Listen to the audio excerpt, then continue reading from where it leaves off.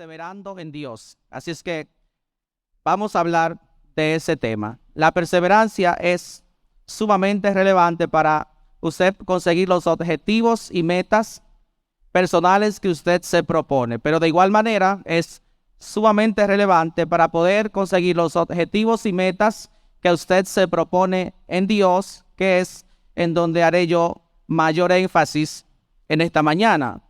Una definición de perseverancia dice mantenerse firme y constante en una manera de ser o de obrar. Mantenerse firme o constante en una manera de ser o de obrar. En ese sentido, entonces, recuerdo el pasado domingo cuando el pastor Wilton hablaba acerca de los 2 días que Jesús se vio en la necesidad de esperar cuando recibió este mensaje. Entonces, esos 2 días más que Jesús se vio movido a esperar, alargaban el proceso de lo que quizás la familia podría estar demandando de Jesús en ese momento. Porque en algunos de nuestros pensamientos llegamos a creer que Dios se va a mover a causa de nuestras demandas. Y Dios no se mueve a causa de la demanda de los hombres, se mueve a causa de su perfecta voluntad. De modo que la voluntad de Dios es lo que mueve a Dios a operar. Y por supuesto que es muy válido igual esa expresión que trajo Wilton acerca de esa actitud que debemos de tener con Dios. Había una necesidad de que se cumpliera la voluntad de Dios y Jesucristo lo dijo. Ahora bien, cuando viene Marta y le dice, si tú hubieses estado aquí, mi hermano no habría muerto, Jesús sigue el curso. Cuando Jesús permite que se detone el milagro, cuando aparece una mujer que dice la misma expresión, pero se arrodilla y dice, maestro, la actitud de estar arrodillado delante de Jesús hace que Jesús inicie el proceso que fue a hacer en esa aldea. Ahora, esas actitudes, ese operar en Dios es lo que provoca entonces que nosotros tengamos continuamente que estar recordando la palabra de Dios. María se humilla delante de Jesús y dice las mismas expresiones que Marta, pero la intención y la actitud es diferente y provoca que Jesús pregunte, ¿dónde le pusieron? Nuestra actitud en el proceso determina cuánto tiempo muchas veces vamos a durar en el proceso. Entonces, la segunda cosa que quiero recordar es que el pastor Wilton hablaba acerca del carácter que se forma en la espera. Y nosotros muchas veces, para atribuir toda la responsabilidad a Dios, decimos, es que no es el tiempo de Dios. ¿Y por qué no ha sucedido esto? Que no es el tiempo de Dios. Pero recuerden que hay 2 vertientes. Una es que se dé el tiempo de Dios y la otra es que se haya formado el carácter de Dios en el hombre que espera respuesta de Dios. Entonces son 2 cosas. Entonces no siempre es que falte el tiempo de Dios. La otra es que falta que en mí se forme el carácter de Dios. Ahora, cuando yo asumo la vida cristiana teniendo estas 2 consideraciones, que puede ser que el carácter de Jesucristo no se haya formado en mí, entonces yo voy a poner empeño. ¿En qué voy a poner empeño? Voy a poner empeño en esperar, y no solamente en esperar, sino en perseverar. ¿Cuál es la diferencia entre una y la otra? La espera es pasiva, pero la perseverancia te mueve a actuar. ¿Actuar en qué? Actuar en función de lo que tú sabes que te ha sido encomendado. En ese sentido, entonces, hay 4 cosas que quisiera considerar para que podamos entender el tema de la perseverancia en Dios. Número 1, comprender la naturaleza del evangelio. Es sumamente relevante que el creyente entienda la naturaleza del evangelio. Número 2, el creyente debe comprender la naturaleza del propósito de Dios. Número 3, el creyente tenemos que aprender cómo tornar o cómo llevar nuestras debilidades ante Dios. Porque esto de manejar un conjunto de debilidades y de afanes pueden en algún momento ser de obstáculo para que nosotros perseveremos en Dios. Y número 3, hay que comprender que los resultados de una vida consagrada a Dios lleva tiempo, lleva intencionalidad. Por mejor oración que nosotros hagamos aquí en esta mañana, al usted despertarse mañana tendrá necesidades, tendrá cosas que lidiar, dándole a entender a usted que una oración no fue suficiente. Se necesita que día tras día formemos a través de hábitos lo que es el carácter de Cristo en nosotros. Así es que hablando yo de este tema, perseverando en Dios, quizás no mencione muchas veces la palabra perseverancia, pero quiero que considere que el contexto en todos los casos voy a estar haciendo mención a lo mismo. Las dos cosas que les he mencionado primero, comprender la naturaleza del evangelio, comprender la naturaleza del propósito de Dios. Esas dos cosas usted las consigue en mayor proporción usted teniendo un encuentro todos los días con su Biblia. Usted va a comprender el propósito de Dios y el propósito de Dios para su vida encontrándose todos los días con su Biblia. Algunos me dicen, pero es que ya la tengo en el celular, pero es que ya yo la tengo en la tablet. Estimados, ese es el formato de la Biblia. La Biblia no fue hecha para estar en el celular, ni de forma física. Fue hecha para estar en su interior y en mi interior para provocar cambios. Mientras la Biblia solo esté en los dispositivos o en la materia que nos rodea, no va a producir el cambio por la cual fue diseñado. Es necesario que seamos alimentados, que seamos consumidores, hacedores de la palabra y no tan solo oidores. Número 3, cómo tornar nuestras debilidades a Dios y cómo comprender que los resultados en Dios llevan tiempo. Usted va a aprender eso y yo también pasando tiempo con Dios. Así es que todo lo que voy a decir en esta mañana se reduce en dos cosas. Número 1, tener tiempo con la palabra del Señor y número 2, pasar tiempo con Dios. Las demás cosas que nos pueden competir a todos nosotros están dentro de esas dos verdades. Si va conmigo a la Biblia en San Juan 3:16, voy a leer desde el 14. San Juan 3:16 y estoy tratando de ilustrar el tópico, comprender la naturaleza del evangelio.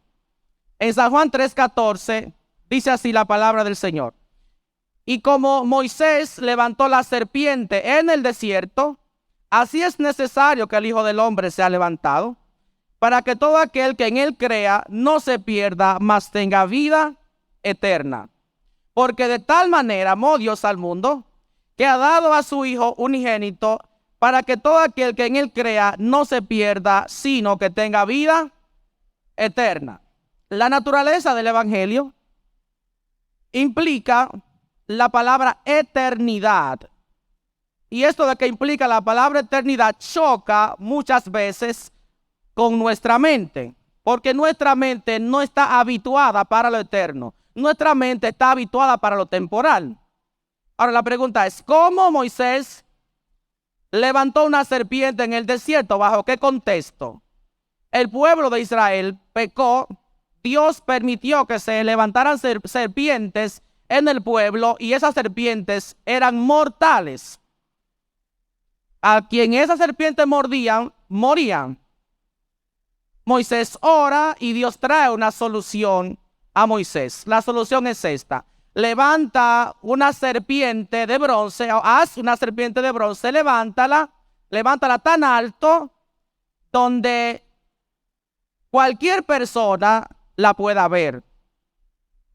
Y cuando una persona era mordida por una serpiente, entonces la persona corría al lugar, no en donde estaba la serpiente, pero sí que al menos pudiera mirar a lejos la serpiente. Cuando la persona entonces hacía vida social, hacía vida de trabajo, la persona tenía en mente que no podía estar tan distante de la serpiente, porque si se distanciaba tanto y una serpiente lo mordía, moría si no le daba tiempo de llegar. Ahora, la idea es esta, que Jesús dice que de igual manera hay que levantar a Cristo. Ahora, ¿cómo hay que levantar a Cristo? Hay que levantar a Cristo de la siguiente manera. El contexto de Moisés dice que cuando una serpiente mordía a alguien, no había que orar por esa persona, no había que dar una pócima, no había que hacerle un ensalmo. Por esa gente, lo único que había que hacer era montarle en un caballo o donde sea y apresurarse a llegar para que vea la serpiente. Ay, ya llegué donde la serpiente. Soy sano, ya lo pude ver por lo menos. El asunto es este, que ahora la gente quiere encontrar soluciones a los asuntos que solamente Cristo encuentra la solución para ellos. Entonces la gente quiere soluciones fuera de Cristo que están en Cristo. Eso es imposible. Entonces, dice el texto, para que todo aquel que en él crea no se pierda, sino que tenga vida eterna, fuera lo temporal. Y usted me dice, pastor, pero fuera lo temporal. Bueno, hablo en el contexto que la mayoría de nosotros hemos llegado aquí y hemos llegado al Señor con situaciones temporales que nos aquejan. Algunos llegamos porque se nos destruyó el matrimonio y entonces aquí venimos a ver si Dios hace un milagro. Algunos llegamos porque entramos en una situación de deuda tan fuerte que venimos a ver si Dios nos ayuda a pagar las deudas. Otros llegaron porque tienen un vacío existencial que no lo soportan y vinieron a ver si Dios le ayuda a contestar las preguntas importantes de la vida que no tiene respuesta. Algunos llegaron con crisis emocionales serias. Y nosotros, como buenos creyentes, sí le hemos dicho, ven que Dios te va a ayudar. Y bueno, si usted ha dicho a alguien, por alguna de estas situaciones que yo he dicho, que Dios le va a ayudar, es cierto, siga diciendo sobre las personas y que las personas se sigan acercando por la razón que sea a Cristo.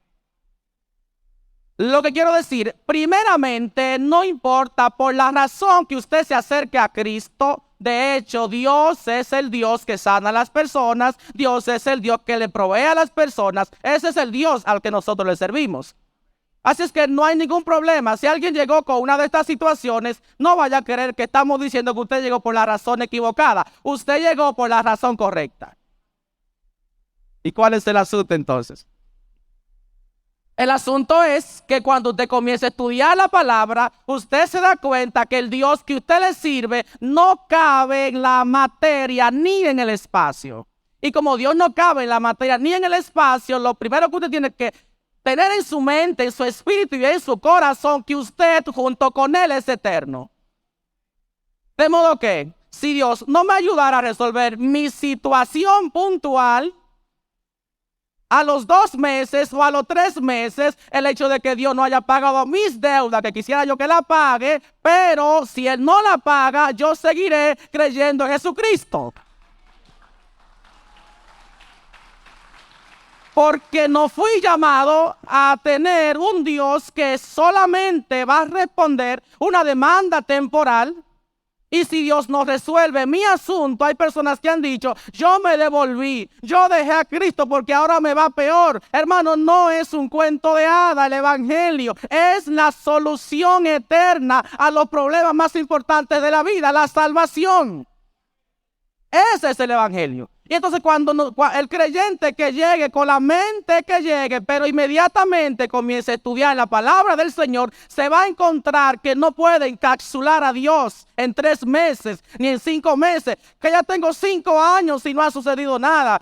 Hermano, debo decirles algo en este contexto. Si Dios hace todas las demandas de los hombres en el tiempo de los hombres, se quedan los hombres y yo también sin salvación. Porque estaríamos entonces en un negocio. Bueno, yo seré cristiano 10 meses porque yo llegué a ver si me conseguía una buena mujer o un buen hombre. Yo me lo conseguí y me voy. Y vuelvo quizás en otro tiempo cuando tenga otra demanda. Y así voy a estar en Dios, un tiempo en Dios, un tiempo fuera de Dios, un tiempo en Dios y un tiempo fuera de Dios. Esto tiene que ver con un proyecto de vida eterno en Él. El evangelio es un proyecto de vida eterno, que ni inclusive hay que circunscribirlo en que voy a durar 90 años, 100 años, no son 100 años, no son 90 años, es eternamente y para siempre. Cuando se comprende esto, cuando usted comprende la naturaleza eterna del evangelio, cuando eso sucede, hermano, ni la vida, ni la muerte, ni ángeles, ni principados, ni lo alto, ni lo profundo, ni ninguna otra cosa creada nos podrá separar del amor de Dios que es en Cristo Jesús. Pero eso es primero una aceptación en el sistema de pensamientos y luego una aceptación en mi conducta. Mientras yo no lo acepte, mientras yo no lo reciba, mientras yo no esté consciente de que eso tiene que darse, yo voy a seguir ambivalente. Número 1. Número 2. Tengo que comprender la naturaleza del propósito de Dios. En ese sentido, en el libro de Efesios 1, del 8 al 11 dice, que hizo sobreabundar para con nosotros en toda sabiduría e inteligencia, dándonos a conocer el misterio de su voluntad según su beneplácito, el cual se había propuesto en sí mismo de reunir todas las cosas en Cristo, en la dispensación del cumplimiento de los tiempos, así las que están en los cielos como las que están en la tierra. En él, asimismo, tuvimos herencia, habiendo sido predestinados conforme al propósito del que hace todas las cosas según el designio de su voluntad. Yo tengo que saber, y no solo saber, vivir una vida vinculada a un propósito. Si usted todavía no comprende el vínculo que existe entre el propósito de Dios y el propósito suyo dentro del propósito de Dios, que son dos cosas muy diferentes, yo tengo que entender primero el propósito de Dios. Dios tiene un propósito. Luego yo tengo que vincular mi vida al propósito de Dios, porque de no ser así, yo voy a seguir viviendo una vida independiente de Dios. Y yo soy parte de un propósito que va más allá de mis planes y de mis metas. ¿Tienes meta, Kenny? Tengo metas. ¿Tienes planes? Tengo planes. Pero todos los planes que tengo y todas las metas que tengo están subordinadas, están por debajo del plan eterno de Dios. Entender el propósito es un asunto serio, y entender el propósito es tan serio que deberá llevarnos a analizar 6 cosas. Si usted, dentro de entender el propósito, no considera una de estas cosas, a partir de ahora debería considerarlas. Y por supuesto, estas 4 cosas que yo le estoy diciendo no es para que usted las entienda las 4 en este día. Usted solamente tiene que irse con el hambre y la necesidad de hacerlo. Porque comprender la Biblia no es cosa de un día, es cosa de la vida. 6 cosas. Número 1, tener tiempo con Dios. Fuimos llamados a tener tiempo con Dios, a estar con Él. Es el primer objetivo esencial por el cual fuimos llamados de la tiniebla a la luz, para tener tiempo con Él. Número 2, profundizar en la palabra de Dios. Jesús, en uno de sus sermones, decía: ¿con quién compararé a las personas que escuchan y hacen estas palabras? Las compararé con un hombre que hizo una casa y cavó profundo, y después que cavó puso los cimientos, y vinieron vientos y vinieron aguas, pero esta casa no cayó porque estaba fundamentada sobre la roca. Y dice otra vez: pero el que no hace estas palabras será como una persona que hizo su casa sobre la arena, y cuando vinieron las aguas y los vientos, esta casa cayó, y el que hizo esta casa tuvo grandes pérdidas. Fue grande su ruina, dice la palabra del Señor. De modo que Cuando usted considera seriamente la palabra de Dios, usted está asegurando su presente y está asegurando su futuro. Profundizar en la palabra de Dios. Número 3, orar con fe. Número 4, tener comunión con los hermanos. Número 5, testificar al mundo. Y número 6, ministrar a otros. ¿Se da usted cuenta que del número 4 en adelante ya no tiene que ver solamente con usted? Tiene que ver con lo que Dios hace a través de usted. Y mientras no comprendamos entonces que el propósito de Dios es más que mis intereses, porque si fuera así entonces Jesucristo no nos hubiese salvado. Porque si Jesucristo estuviera pendiente solo de sus intereses, no viene al mundo porque no tenía razón para hacerlo. La razón del venir era que había un propósito en Él y con Él. Y cuando Dios te llama, imprime, le da a la gente. Cuando Dios nos llama, nos hace un vínculo con su propósito, de tal manera que hay momentos donde yo quisiera desviarme.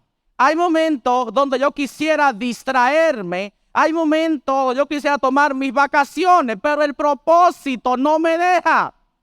Porque yo he vinculado mi vida al propósito de Dios. Usted debería preguntarse entonces, ¿he vinculado mi vida al propósito de Dios? ¿Estoy orando con fe? ¿Estoy teniendo comunión con mis hermanos? ¿Estoy ministrando a otros? O sea, ¿saben las personas que me rodean del Cristo que me habita? Hay personas que para que sepa que son cristianos tienen que salir con la Biblia, porque si no nadie se entera del Cristo que le habita. Y más que la Biblia, obviamente hay que salir con la Biblia, hermano. No hay nada contra eso, porque dígame. Pero hay que hacer más que eso. Ministrar a otros. Hay momentos donde usted tiene que predicar sin la necesidad de abrir la Biblia. Ore por alguien. En estos días me encontré una muchacha que iba fuera de... yo soy docente y estaba saliendo de un aula y ella me dice, tengo un fuerte dolor de cabeza. Y yo digo, cierra tus ojos, Padre, en el nombre de Jesús, sana y sigo mi camino. Y me quedo mirando como que dice, te está... Y yo sigo porque yo no tengo que sentir de qué cosas en mí, de que, ay, ve que recibe. No, yo oro y si usted se sana, gloria a Dios. Y si no se sana, esperen Dios, ¿sí o no? Oh, pero venga acá. Así es que yo sigo mi camino. Más tarde, cuando terminamos el tiempo de labores, hicieron una reunión y ella levanta su mano para dar un testimonio y dice, quiero decir que cuando le duele la cabeza llamen a Kenny. Y digo, ¿cómo así? Oh, pero yo no soy ningún enfermero, ningún médico. Y ella da su testimonio. Ahora, ¿qué les digo con esto? Yo no tengo que sentir nada especial para orar por alguien. Usted tiene que estar listo para que en algún momento y en cualquier momento usted pueda hacer lo que Dios demanda a través de usted, a fin de que el hombre de Dios sea enteramente preparado para toda buena obra. ¿Usted cree que Jesucristo andaba con el celular? Ay, hay que predicar hoy, déjame yo ver. Hermano, Jesucristo estaba listo. Ahora, ¿cómo se alistaba Jesucristo? La respuesta al cómo se alistaba Jesucristo nos hace a nosotros tener un gran sentido de responsabilidad. Jesucristo se levantaba de mañana y antes que los discípulos supieran, ¿dónde está? ¿Dónde está Jesucristo? ¿Dónde estaba? Orando. ¿Y cómo no sé que nosotros queremos orar a veces? Es fuerte, hermano, como queremos orar. Que Dios nos ayude. Que Dios nos ayude, hermano. Tirado en la cama, mirando al cielo. Ay, Señor, yo sé que tú no quieres sacrificio. Así es suficiente. Y a veces creemos que oramos y lo que hicimos fue que saludamos a Dios. Dios, ¿cómo tú estás? Dios. Porque ya no hay tiempo. Y estamos orando y suena el celular. Espérate, Señor, que aquí llegó algo importante. A ver, ¿quién le llegó en el mensaje? Entonces estamos a veces más desconectados que conectados por ese contexto. Dice entonces el punto 3, aprender a tornar nuestras debilidades a Dios. En Filipenses 4, 6 y 7, dice el texto: por nada estéis afanosos, sino sean conocidas vuestras peticiones delante de Dios en toda oración y ruego, con acción de gracias.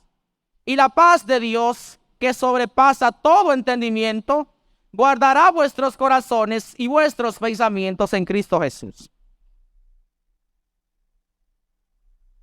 Bueno, ¿qué cosa puede ser objeto de afán para un creyente?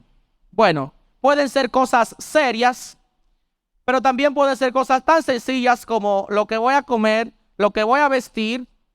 Y estoy hablando de este texto en un contexto en donde hay mucha demanda en las familias, en donde muchas familias están con el estrés de que la Navidad, de que el consumo excesivo, de que en la mente un sentido, diga que tengo un doble. Hermano, eso es solo mental, el doble es solamente aquí en la cabeza. Porque cuando usted analiza el doble, usted generalmente consume todo lo que usted le llega en el mes y no va a tener doblemente más, va a tener una sola vez más. Pero usted en la mente gasta el doble. Y yo también quizás. Pero el asunto es que en enero, cuando llega el tiempo donde no hay doble, ahí está el problema, que tengo las deudas de diciembre y tengo el problema de que el sueldo de enero llega en febrero. Yo no sé si usted sabía eso. El asunto es este. Hay muchas cosas por las que nosotros nos afanamos.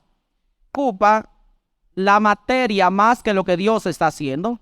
Si usted, por ejemplo, una mujer que tenga demanda de pintar la casa y solo sea porque la vecina pintó la casa, o porque ya esta pintura tiene tantos años y que el que pasa por ahí está cansado de verla. Un estudiante, yo llego al aula y comienzo a escribir y me dice, pero maestro, digo, dime, yo no entiendo su ropa. Y yo le miro con ojo de amor y le digo, hijo, no estás llamado a entender mi ropa. Estás llamado a entender mi clase. Enfócate aquí en mi clase. Porque, honestamente, el enfoque que se tiene de las cosas va a determinar el aprendizaje que se está teniendo. Yo recuerdo en una ocasión, yo andaba en un vehículo que el asiento era el vehículo que tenía en ese momento. El asiento, cuando yo me quería acostar, se iba para atrás. Entonces vino una gran estrategia a mí y me dijo, colócale 2 bloques allá afuera, allá atrás, en el piso de atrás. Y cuando tú coloques esos 2 bloques, tu asiento va a estar tan estable como nuevo. Y coloqué esos 2 bloques ahí. Mi familia no es tan extensa, de manera que no importaban esos bloques. Así es que un día monto un hermano. Igual, el que se quiera montar en mi vehículo, si yo ando y doy una bola, a mí no me importa. Y él se monta y me dice, pero pastor, y digo, dígame hermano, ¿usted está en construcción? Y bueno, parece coincidencia, pero sí, estaba en construcción. Así que le dije, mire, honestamente sí, pero el asunto de los blogs no es por la construcción, en realidad. Es que cuando yo lo quito, me caigo, así que no me lo quite, por favor, no vaya a hacer cosas que yo me caiga. Bueno, y digo estas cosas porque nosotros muchas veces estamos haciendo muchas cosas para mejorar la apariencia de quienes no ven. Y el quedar bien en cuanto a apariencia. Y honestamente, en ese momento que yo tenía esa situación, no tenía mi peor economía. Yo podía arreglar eso, pero en ese momento no era mi prioridad. Y yo no voy a cambiar mi prioridad por hacer quedar bien a la vista de las demás personas.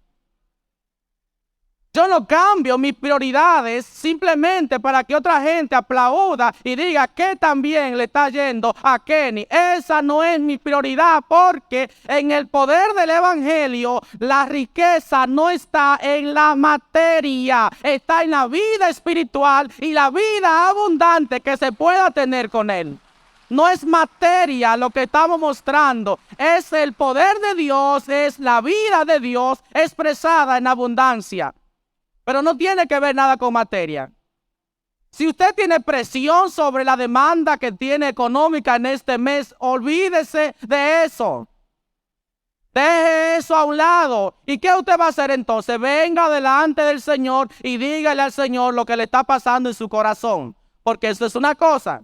Usted no va a tener paz. No es por el deseo que usted tiene de tener paz. Es porque dice el texto, sino sean conocidas vuestras peticiones delante de Dios.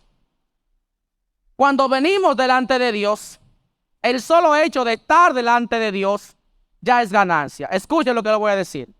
El solo hecho de estar delante de Dios, en la presencia de Dios, ya es ganancia. Si Dios le dijo que sí, si Dios le dijo que no, si Dios le dijo que espere, ya es ganancia. Porque el que solo hecho de que los ojos de Dios se pongan en ti, ya tú vas ganando. Porque Él te supervisa, te habla y te dice, ve a ver qué es lo que le pasa.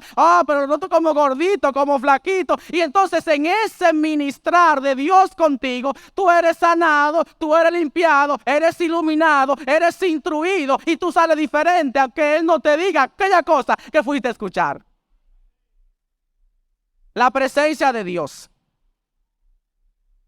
En el libro de 2 de Corintios, versículo 12, Pablo dice en su 2 de Corintios, capítulo 12, versículo 7-10.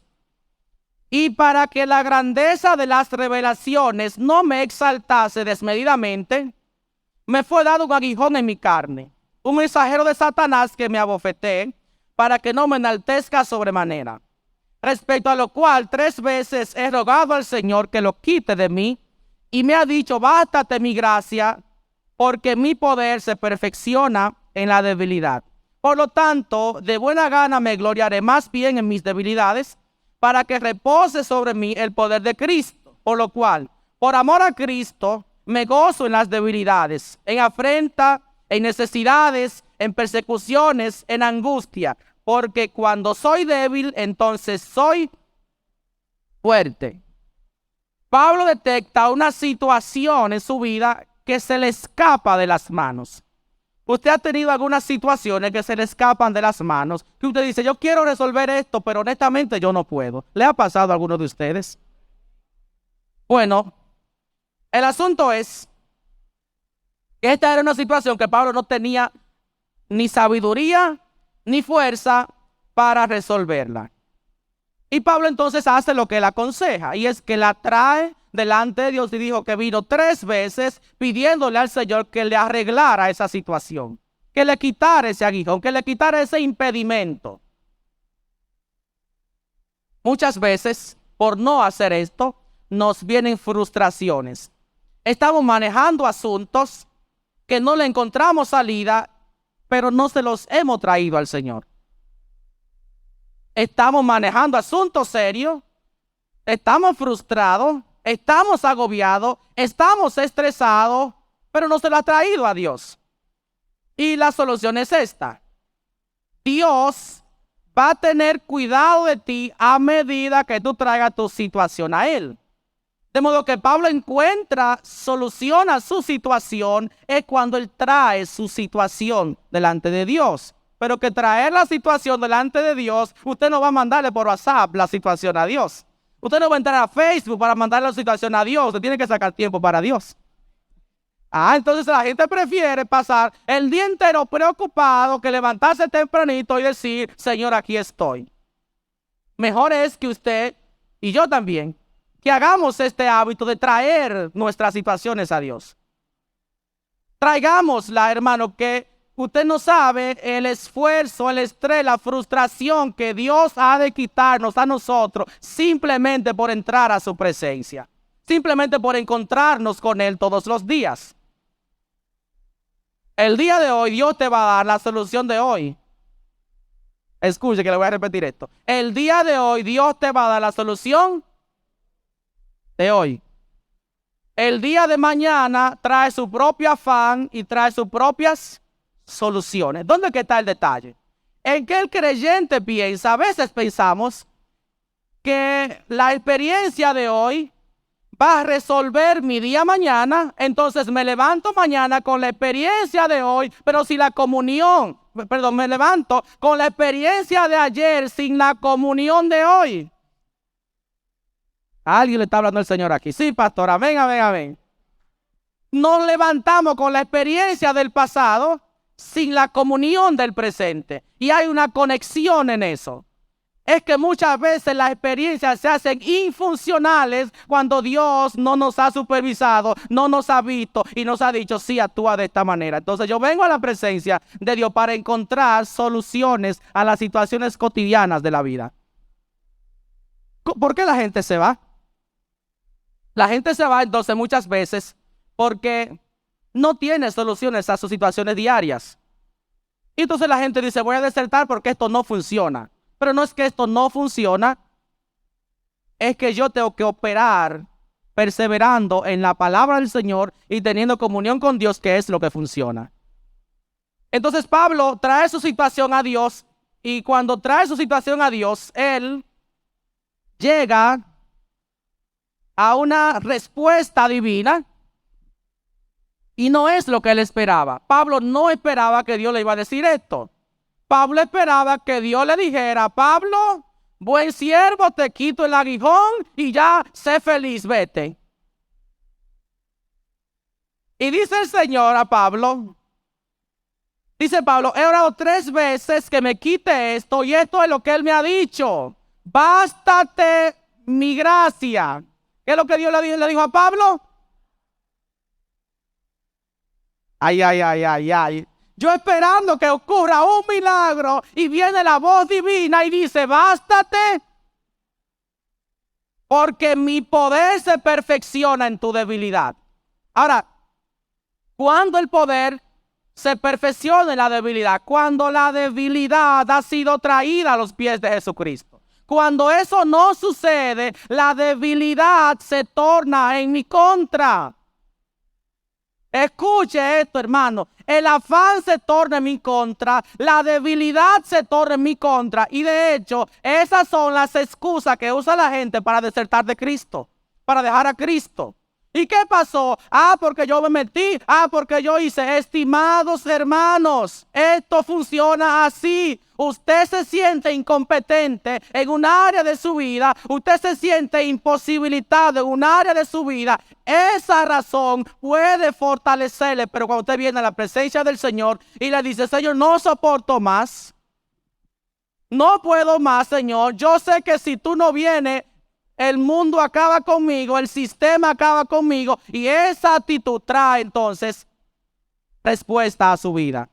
No la respuesta que usted está esperando, sino la respuesta que viene del cielo, que le va a decir a usted, bástate mi gracia para que pueda decir, el débil, fuerte soy. Es la forma de decir, fuerte soy. ¿Cómo? La forma en que yo me acerco a la presencia de Dios. Porque no es lo mismo decirle, Señor, aquí estoy, fallé otra vez, que decirle, Señor, aquí estoy, no quiero fallarte, Señor. Amén. Finalmente, y termino, comprender que es un asunto de constancia. Y solamente hago mención de lo que dice Lucas 18. Dice que 18 a partir del verso 1. Dice que había una mujer que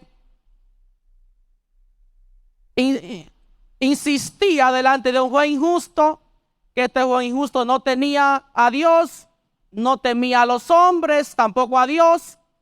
Y dice que esta mujer insistía hasta que un día este hombre dijo, bueno, no sea que esta mujer me encuentre un día y yo me salga de la casilla. Bueno, dice, no sea que viniendo de continuo me agote la paciencia. Esa fue la palabra que usó el hombre. Por eso entonces le haré justicia. Y dice el texto, ¿y acaso Dios no hará justicia a sus escogidos que claman día y noche a Él? ¿Quién clama día y noche a Él? Ay, ay, ay, Pastor Wilton, pastores, pastora. Hermano, voy a hacer la pregunta para mejorar un poco y que esto se quede grabado, porque, hermanos, ¿quiénes claman día y noche aquí? Gloria a Dios, hermano. Porque miren,